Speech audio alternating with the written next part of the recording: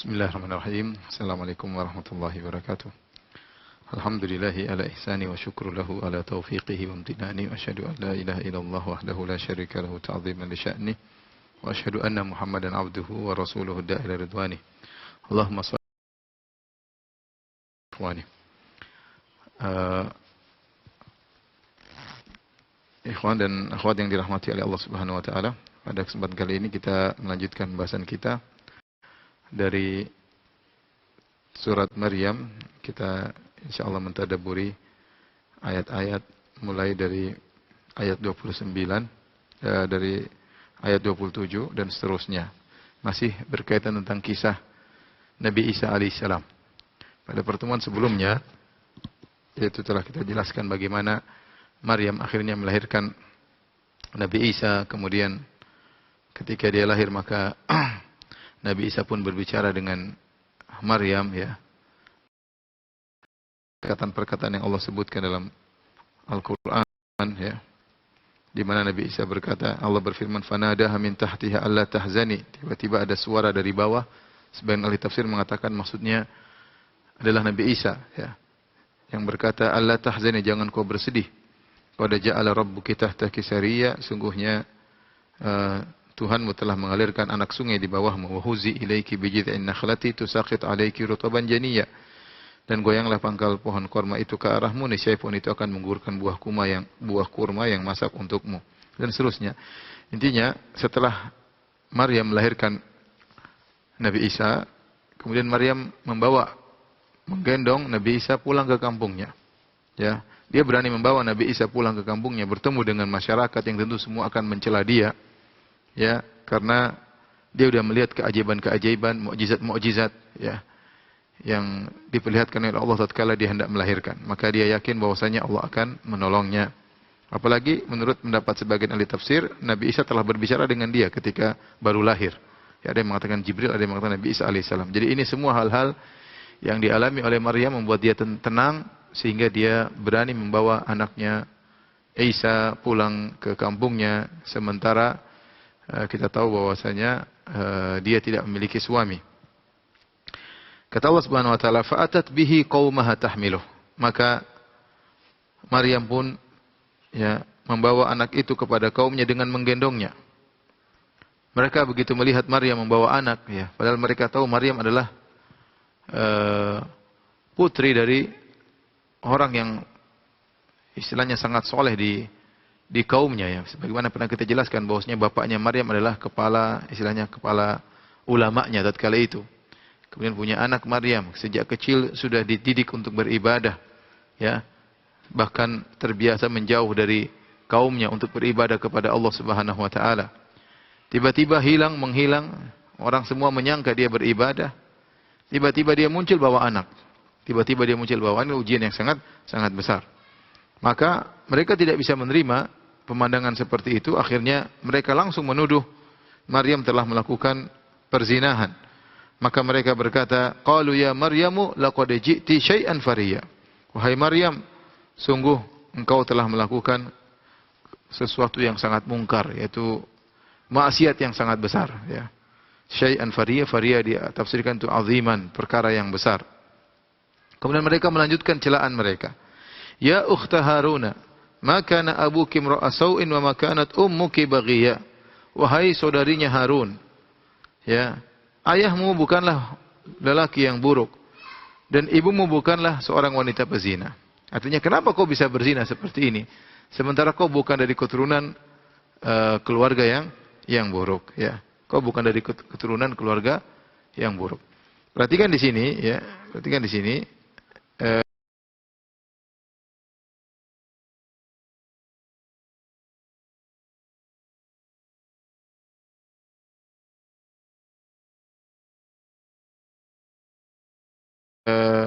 Mereka tatkala mencela Maryam, ada dua tafsir. Ada yang mengatakan mereka semakin mencela. Sudah kau berzina sementara kau dari keluarga baik-baik. Seandainya kau dari keluarga yang buruk berzina, wahai Maryam, itu sudah perkara yang besar. Apalagi ternyata kau dari keluarga yang baik-baik, tidak pantas kau menyelisihi, ya, kebaikan keluargamu, ya. Sehingga mereka mengatakan, maka na abukim ra'asauin, ayahmu bukanlah orang yang buruk, wa makanat ummuki bagiya, ibumu bukanlah wanita pezina. Dari mana kau melakukan hal tersebut, ya? Dan ini isyarat dalil bahwasanya kondisi kedua orang tua sangat mempengaruhi seorang anak, ya. Kalau suatu keluarga terbiasa melakukan suatu keburukan, maka anaknya terbawa dengan tradisi tersebut adalah hal yang biasa. Seperti pepatah kita bahwasanya buah jatuh tak jauh dari pohonnya, ya. Buah jatuh tak jauh dari pohonnya. Dan ini benar, ya. Meskipun tidak selamanya demikian, namun ini kebiasaan bahwasanya kalau orang tuanya demikian, anaknya pun demikian. Ya, seandainya ibunya Maryam adalah seorang wanita berzina, kemudian Maryam berzina, adalah perkara yang wajar karena dia keturunan tukang maksiat, keturunan pezina. Tetapi tidak, bapaknya kepala ulama, ibunya wanita soleha, kemudian tiba-tiba dia berzina. Oleh karenanya ini adalah perkara yang besar bagi Maryam, ya. Di sini ketika mereka berbicara dengan Maryam, mereka mengatakan, ya ukhta Harun, wahai saudarinya Harun. Jadi permasalahan, Harun alaihissalam adalah seorang nabi, dan antara dia dengan Maryam sangat jauh, ya. Harun di zaman Nabi Musa alaihissalam, antara Nabi Musa sampai ke Nabi Isa, jauh sekali, ya. Karena habis Nabi Musa kemudian masih ada nabi-nabi yang lainnya, kemudian sampai Nabi Daud, baru kemudian akhirnya Nabi Isa yang terakhir, ya. Jadi sangat jauh, ya, ratusan tahun, entah ribuan tahun, ya. Berapa kurun, banyak sekali antara Nabi Musa dengan Nabi Isa alaihissalam. Lantas apa maksud Harun di sini? Maka di sini ada beberapa pendapat di kalangan para ahli tafsir. Ada yang mengatakan, ya ukhta Harun, wahai saudarinya Harun. Maksudnya Maryam adalah keturunan Nabi Harun alaihissalam. Maryam adalah keturunan Nabi Harun alaihissalam. Saudaranya Nabi Harun, kakaknya Nabi Musa alaihissalam. Artinya dia keturunan orang soleh, keturunan Nabi Harun. Sehingga ini semakin buat dia tercela. Engkau keturunan Nabi Harun, bapakmu adalah ulama, ibumu adalah wanita soleh. Kenapa kau berzina? Ya ukhta Harun, tidak pantas kau melakukan ini. Kau keturunan Nabi Harun. Ya, sama seperti seorang, ya, dalam bahasa Arab, kalau dia keturunan Bani Tamim dikatakan ya akho Tamim. Ya, bukan maksudnya engkau adalah saudaranya Tamim, tapi engkau adalah keturunan dari Bani Tamim, dikatakan ya akho Tamim.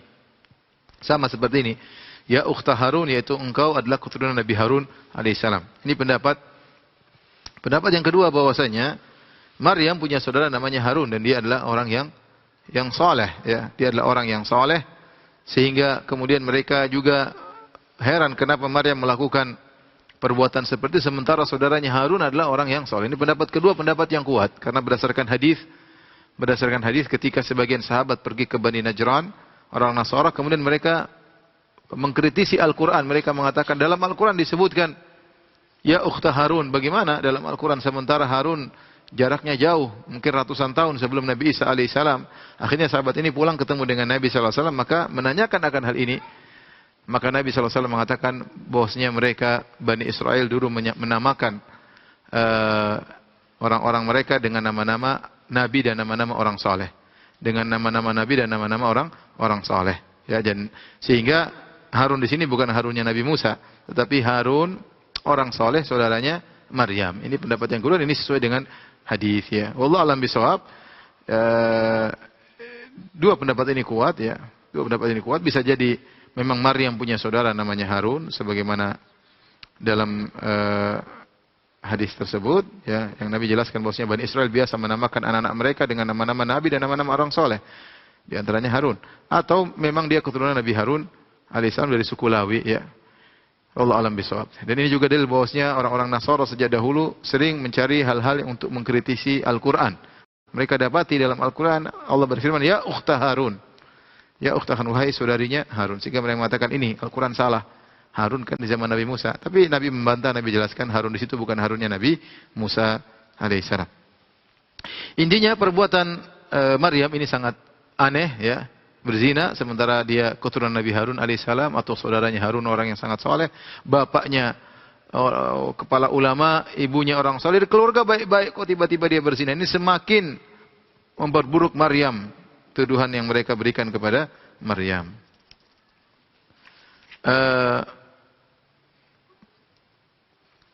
Apa yang dilakukan oleh Maryam? Kata Allah Subhanahu wa taala, fa asyarat ilaih, ya. Maka kemudian Maryam pun memberi isyarat kepada Nabi Isa, yaitu seakan-akan Maryam mengatakan, tanyain dia, karena Maryam sudah bernazar tidak akan berbicara kepada seorang pun. Ya, fa asyarat ilaih. Maryam menunjukkan kepada Isa yang masih kecil, yang masih digendong. Mereka berkata, qalu kaifa nukallimu man kana fil mahdi sabiyya? Bagaimana kami bisa berbicara dengan orang yang masih digendong? Mereka menganggap bahwasanya Maryam mengejek mereka, ya. Ini lebih parah lagi, sudah berzina ngejek lagi, suruh ngomong sama si bayi. Jadi enggak mustahil. Sehingga mereka semakin marah.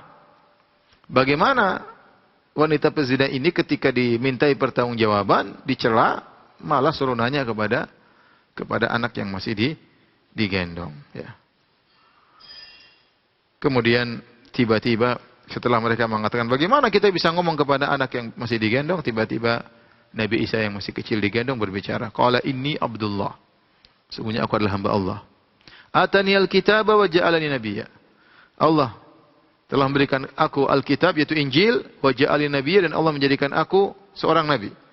Wa ja'alani mubarakan aina ma kuntu, dan Allah menjadikan aku berkah dimanapun aku berada. Wa awsani bis salati waz zakati ma dumtu hayya, dan Allah mewasiatkan aku untuk mengerjakan salat dan untuk bayar zakat selama aku masih hidup. Wa barram biwalidati, dan memerintahkan aku atau menjadikan aku berbakti kepada ibuku. Walam yaj'alni jabbaran syaqiyya, dan tidak menjadikan aku seorang yang kasar, sombong. Wassalamu alayya yauma wulidtu, keselamatan bagiku di mana aku dilahirkan. Wa yauma amutu, dan ketika aku meninggal dunia. Wa yauma ub'atsu hayya, dan ketika aku dibangkitkan, ya. Perhatikan di sini, ketika mereka mengingkari Maryam, kata Allah, fa asyarat ilaih, maka Maryam pun beri isyarat kepada Nabi Isa. Artinya Maryam mengatakan ngomong sama Nabi Isa. Ini dalil bahwasanya isyarat kalau dipahami maka maknanya seperti kalam, ya. Oleh karenanya jangan kita menyangka bahwasanya hanya perkataan kita yang dicatat oleh Allah Subhanahu wa taala, isyarat-isyarat juga dicatat. Makanya Allah berfirman dalam Al-Qur'an, wailul likulli humazatil lumazah, celaka bagi orang yang pengumpat dan lumazah. Sebagian ulama mengatakan humazah atau lumazah salah satunya adalah mengejek dengan isyarat, dengan kerlingan mata, dengan mencibir, itu namanya lumazah atau humazah. Sama seperti firman Allah Subhanahu wa taala, wala talmizu anfusakum, jangan kalian melamaz diri kalian, itu jangan kalian mencela selain kalian. Ada sebagian ulama menafsirkan alamaz artinya mencela dengan lirikan mata, dengan cibiran. Hati-hati, maka seorang waspada. Yang dicatat oleh Allah bukan cuma perkataannya yang nyata, bahkan isyarat-isyarat. Kalau itu mengandung dosa, maka akan tercatat di sisi Allah Subhanahu wa taala. Demikian juga kalau isyarat saja tercatat, apalagi benar-benar status yang dicatat, yang ditulis di medsos, maka itu benar-benar adalah yang akan dicatat oleh Allah Subhanahu wa taala. Bukan hanya yang kita bicarakan, tapi yang kita tulis, yang kita isyaratkan, semua tercatat di sisi Allah Subhanahu wa taala. Perhatikan di sini Nabi Isa berkata, qala inni Abdullah. Qala inni Abdullahi ataniyal kitab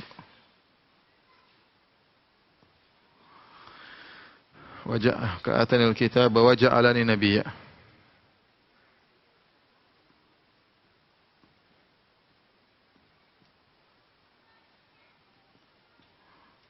Wa ja'alani mubarakan aina ma kuntu.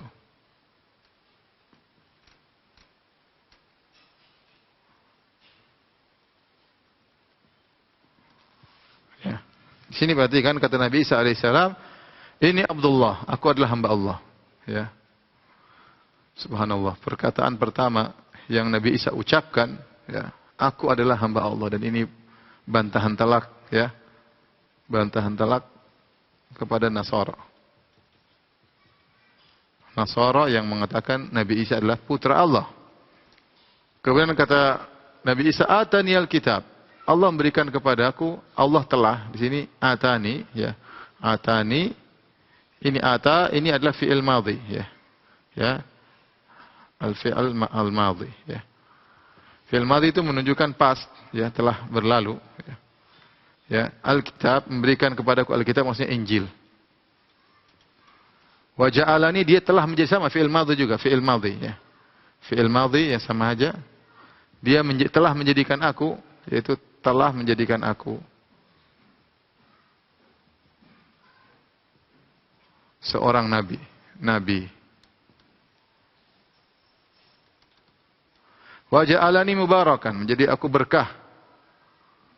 Penuh berkah dimanapun aku berada.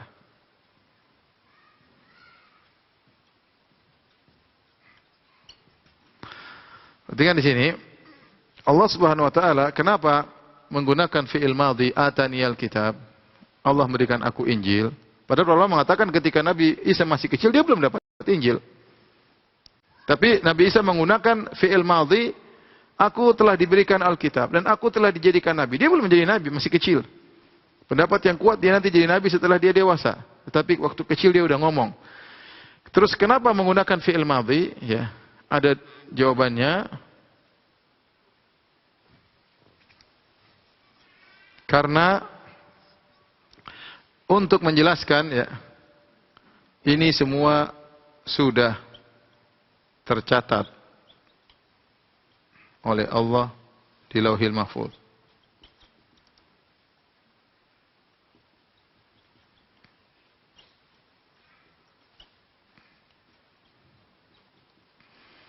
Atau maksudnya menggunakan ya, ada dua pendapat. Pendapat pertama, pendapat kedua, maksudnya menggunakan, ini sering saya sampaikan, menggunakan fi'il madhi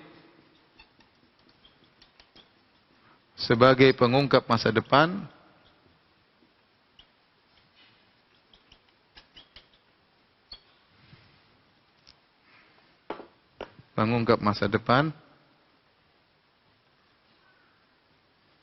karena merupakan suatu yang pasti.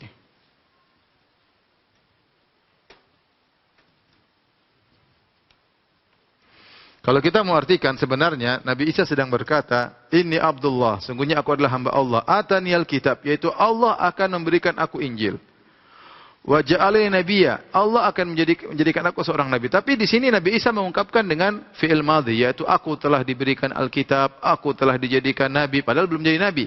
Dan itu adalah uslub dalam bahasa Arab untuk mengungkapkan suatu yang pasti di masa depan dengan fi'il madhi. Dan ini sering dalam Al-Quran banyak. Allah mengungkapkan suatu masa depan dengan fi'il madhi. Padahal fi'il madhi menunjukkan pas. Untuk apa? Untuk menjelaskan bahwasanya pasti terjadi. Suatu seakan-akan sudah terjadi, padahal belum. Ya, maka digunakan fi'il madhi seakan-akan sudah terjadi, padahal belum. Kenapa diungkapkan dengan masa depan dengan fi'il madhi, dengan fi'il yang pas? Untuk meyakinkan bahwasanya pasti terjadi. Ini metode, uslub dalam bahasa Arab. Wa ja'alani nabiyya, dan Allah menjadikan aku seorang nabi. Wa ja'alani mubarakan aina ma kuntu. Ya. Aku dijadikan penuh berkah. Apa maksudnya penuh berkah di sini? Maka di sini para ulama mengatakan bahwasanya Nabi Isa, ya, di antara keberkahannya dia adalah mualliman lil khair. Ya, selalu mengajarkan kebaikan. Mengajarkan kebaikan. Di mana-mana dia tidak pernah berhenti dari menyampaikan kebaikan, ceramah, menyampaikan nasihat. Ya, waktunya tidak ada yang terbuang-buang. Wa ja'alani mubarakan aina ma kuntu, ya. Ini orang seperti ini jarang, ya. Kita tidak selalu memberikan nasihat, kita selingi dengan berbagai macam canda dan tawa. Jarang-jarang. Tapi Nabi Isa dimanapun dia berada, kasih ceramah atau nasihat, sehingga dia berkah di mana saja. Dia berkah, kenapa dia memberikan kebaikan kepada orang lain, ya. Kalau kita ingat seperti ini, sekarang saya ingat Syekh Abdul Razak hafizahullah taala, kalau sedang bersafar sama kita, di mana saja dia entah baca Quran, entah kita lagi duduk kemudian dia menyampaikan nasihat, kalau ketemu maka dia intinya berusaha memberikan manfaat sehingga tidak ada waktu yang terbuang-buang. Berkaitan mubarakan artinya berkah bagi orang sekitarnya. Dimanapun dia berada dia mendatangkan keberkahan, ya. Dan ini juga para ulama mengatakan cirinya Syekh bin Baz rahimahullahu taala, dimanapun beliau berada beliau selalu menyampaikan nasihat-nasihat kepada orang-orang yang ada di sekitarnya. Ya. Kemudian di antara makna mubarakan ya adalah kana qadiyan lil hawaij. Ini perkataan Dhahak, yaitu selalu memenuhi kebutuhan orang lain. Artinya selalu membantu orang lain, orang lain. Dia bantu dengan tenaganya, dia bantu dengan nasihatnya. Ada orang susah dia datangi. Ini Nabi Isa demikian. Makanya dia disebut dengan berkah. Ya, maksudnya makna berkah ini berkaitan dengan manfaat kepada orang lain. Ya. Makanya dalam hadis kata Nabi sallallahu alaihi wasallam, Inna minasyajarati lama barakatuha ka barakatil muslim. Haditsuni ma hiya. Sungguhnya di antara pohon-pohon, kata Nabi, ada suatu pohon yang keberkahannya seperti keberkahan seorang muslim. Sampaikanlah kepadaku pohon apakah tersebut. Ternyata Nabi jelaskan pohon tersebut adalah pohon korma. Kenapa pohon korma disebut pohon berkah? Karena seluruh bagian tubuhnya bermanfaat. Jadi seorang mau dikatakan dia berkah, dia bermanfaat bagi sesamanya. Kalau dia di rumah, dia berkah bagi keluarga, manfaat bagi istrinya, manfaat bagi anaknya, manfaat bagi orang-orang rumah, dimanapun dia berada. Kalau dia lagi di luar, dia berkah bagi pegawainya, pada bosnya, terhadap temannya. Sebut orang tersebut berkah, sebagaimana pohon korma yang senantiasa berkah tu'ti ukulaha kullahinin, memberikan hasilnya setiap saat. Itulah disebut dengan orang berkah. Itulah sifat Nabi Isa alaihissalam. Bahkan dia berkata, wa ja'alani mubarakan aina ma kuntu. Allah menjadikan aku berkah dimanapun aku berada. Dimanapun Nabi Isa berada, dia memberikan manfaat kepada orang lain. Bukan sebaliknya, mengganggu orang lain dengan perkataannya, dengan statusnya, dengan celotehnya, dengan cuitannya, dengan hal-hal yang tidak bermanfaat. Ya, inilah sifat Nabi Isa alaihissalam. Perhatikan di sini, ini juga ada bantahan kepada Qadariyah, ya. Sebagaimana disebut oleh Imam Malik rahimahullah taala. Qadariyah berpendapat bahwasanya Allah tidak mentakdirkan perbuatan kita, ya. Bahwasanya kita ibarat seperti robot diciptakan oleh seseorang, kemudian robotnya dibiarin aja, tidak diatur lagi. Kalau dalam kita tidak, kita beriman dengan takdir, bahwasanya kita punya keinginan, tapi keinginan kita di bawah keinginan Allah. Kata Allah, "Wa ma tasyauna illa ayyasha Allah rabbul alamin." Kalian tidak berhendak kecuali di bawah kehendak Allah. Di antara buktinya ini, Nabi Isa berkata, Allah berikan aku kitab, Allah berikan aku Injil, nanti di kemudian Allah jadikan aku nabi. Yang jadikan semua Allah, bukan usaha Nabi Isa sendiri. Allah jadikan Nabi Isa seorang nabi, Allah menjadikan Nabi Isa, menjadikan aku berkah dimanapun aku berada. Wa awsani bisolati wa zakati, menyuruh aku untuk salat bayar zakat. Wa barran, Allah menjadikan aku berbakti kepada orang tua. Dan ini semua bantahan kepada Qadariyah yang mengingkari bahwasanya Allah turut andil dalam menjadikan seorang sukses atau tidaknya, ya. Ya, kalau kita beriman kepada takdir, Allah berikan kita kemudahan, kita bilang alhamdulillah, ya. Allah berikan kita kemudahan. Baik. Kita lanjutkan, ini sudah saya hapus dulu.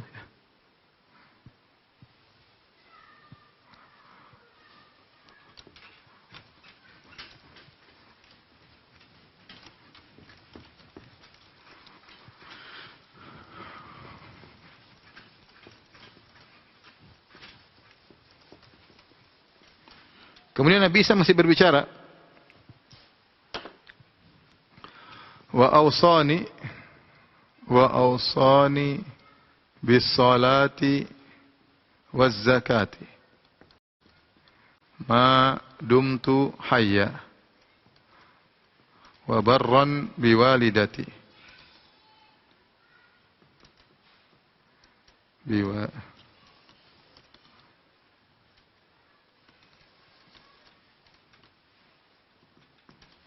walam yaj'alni jabbaran syaqiyya.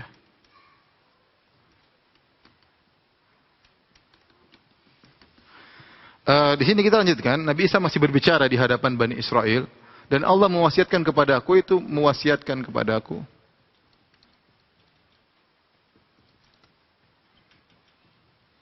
bis salati waz zakat, untuk salat dan zakat. Ini dalil bahwasanya salat adalah syariat sejak dahulu, sama seperti puasa.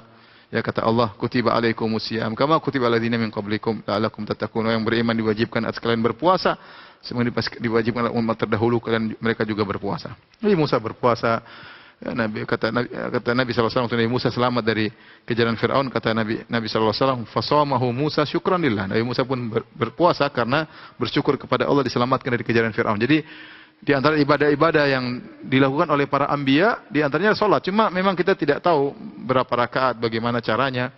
Tapi mereka juga salat. Nabi Isa juga disuruh salat. Was zakat dan zakat. Ini ada khilaf di kalangan para ulama. Apa maksudnya zakat di sini? Apa maksudnya? Ada dua pendapat. Khilaf.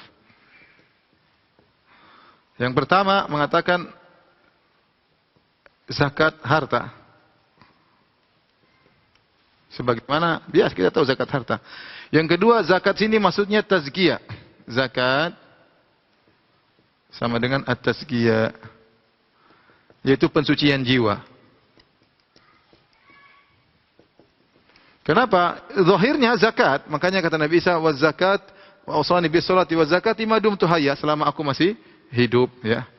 Selama aku masih hidup. Selama hidupku. Kenapa para ulama ada yang berpendapat bukan zakat harta tapi zakat, maksudnya di sini adalah tazkiyah, pensucian jiwa, karena mereka mengatakan Nabi Isa miskin. Nabi Isa miskin seumur hidup.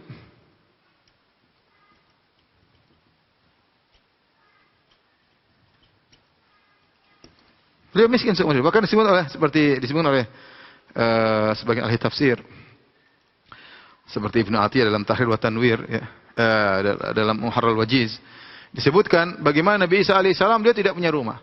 Beliau sangat tawadhu, di puncak tawadhu. Beliau berjalan dengan baju yang terbuat dari baju yang sederhana, kemudian beliau duduk di atas tanah. Beliau tidur dimanapun beliau lelah, tidur di tempat tersebut, di padang, di pohon-pohon, di mana-mana. Sehingga beliau tidak punya rumah. Beliau tidak punya rumah. Terus timbul pertanyaan, bagaimana beliau bayar zakat sementara beliau tidak punya rumah? Berarti zakat yang dimaksud dalam ayat ini adalah mensucikan jiwa. Nabi Isa alaihissalam, subhanallah, ya, hidupnya sangat miskin seumur hidup. Bagaimana bayar zakat? Pendapat kedua, pendapat pertama mengatakan zakat ini zakat, benar-benar zakat. Artinya kalau aku mampu suatu saat punya kemampuan berzakat, aku akan berzakat. Kalau tidak, aku tidak mampu, maka ini menjadi syariat bagi pengikutku, bagi orang-orang yang beriman kepadaku. Jadi sebenarnya ada sedekah juga. Zakat maksudnya sedekah, ya, yaitu sedekah. Ya, bahwasanya bukan cuma dalam syariat Islam ada sedekah, dalam syariat Nabi Isa juga ya namanya sedekah. Madum tu hayya, selama aku masih hidup. Kemudian wa barram bi walidati, aku dijadikan berbakti kepada ibuku. Dijadikan